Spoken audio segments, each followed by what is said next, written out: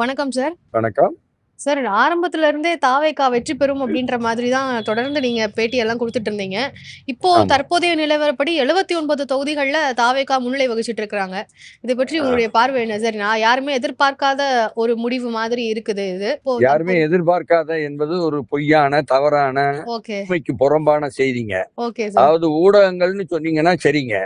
Okay. ஊடகங்கள் என்பது ஒண்ணு மோடியினுடைய காடி மீடியாவா இருக்கணும். இல்லன்னா மு.க. ஸ்டாலினுடைய கண்ட்ரோல்ல உள்ள மீடியாவா, சபஸ்டின் சபரீசன் மீடியாவா இருக்கணும். ஓகே. அதுதான் தமிழ்நாடு எங்கும் இருக்கிறது என்பதனால உங்களுக்கு ம். அதுதான் கருத்து நினைக்கிறீங்க. அது பொது கருத்து அல்ல.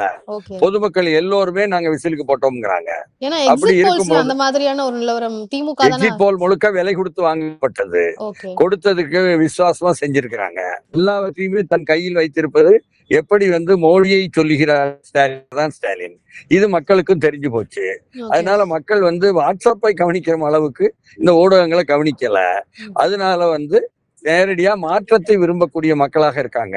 இளைஞர்கள் மட்டும் அல்ல, இளம் பெண்கள் மட்டும் அல்ல, என்ன வயது கூடிய பெண்களும் கூட, வயதானவர்களும் கூட மாற்றத்தை விரும்புகிறார்கள்.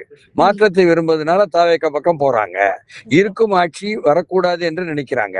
அதனால அதிமுக பக்கம் போடுறாங்க என்பதுதான் இங்க இருக்கக்கூடிய ஒரு ட்ரெண்டா இருக்குது.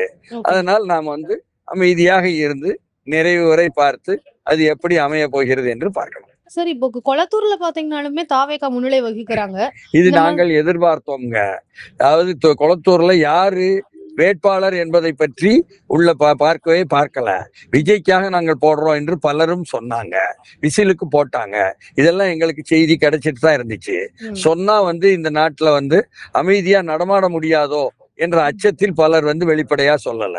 அப்ப யாரை கண்டு பீதி அடைந்து பயப்படுறாங்க என்பதிலிருந்து என்ன ஒரு நல்ல ஆளுநரா இல்ல நல்ல ஆட்சியாளரா இல்லையா என்பது நிறுவனமாகும். சார் அதிமுக 2வது இடத்துல தற்போது இருக்கிறாங்க. 58 தொகுதிகள்ல முன்னிலை வகிச்சிட்டு இருக்கிறாங்க. இதுவரைக்கும் அதிமுகவும் தாவேகாவும் ஒரு க்ளோஸான இதுல போயிட்டு இருந்த இடத்துல இப்ப தாவேகா 81 இடங்கள்ல முன்னிலை வகிக்கிறாங்க. சோ அதிமுகவுக்கு என்ன மாதிரியான வாய்ப்புகள் இருக்கும்? இந்த நிலை மாறுமா? ஏன்னா இது தபால் ஓட்டுக்கு அடிப்படையில தானே இப்போதைய நிலை இருக்கு. தபால் ஓட்டு இப்படித்தான் போகும். அது ஏற்கனவே எங்கள்கிட்ட அரசியல் ஆசிரியர்கள் உறுதி சொல்லிட்டாங்க. அதனால எங்களுக்கு தெரியும். அது தபால் ஓட்டு மாதிரி தான் அவங்களுடைய அரசூழியர் ஆசிரியர்களுடைய வாக்குகளும் இருக்கு. அரசூழியர்கள் ஆசிரியர்கள் சிறுபான்மை மக்கள் இதுதான் திமுகவினுடைய பாரம்பரிய வாக்குகள்.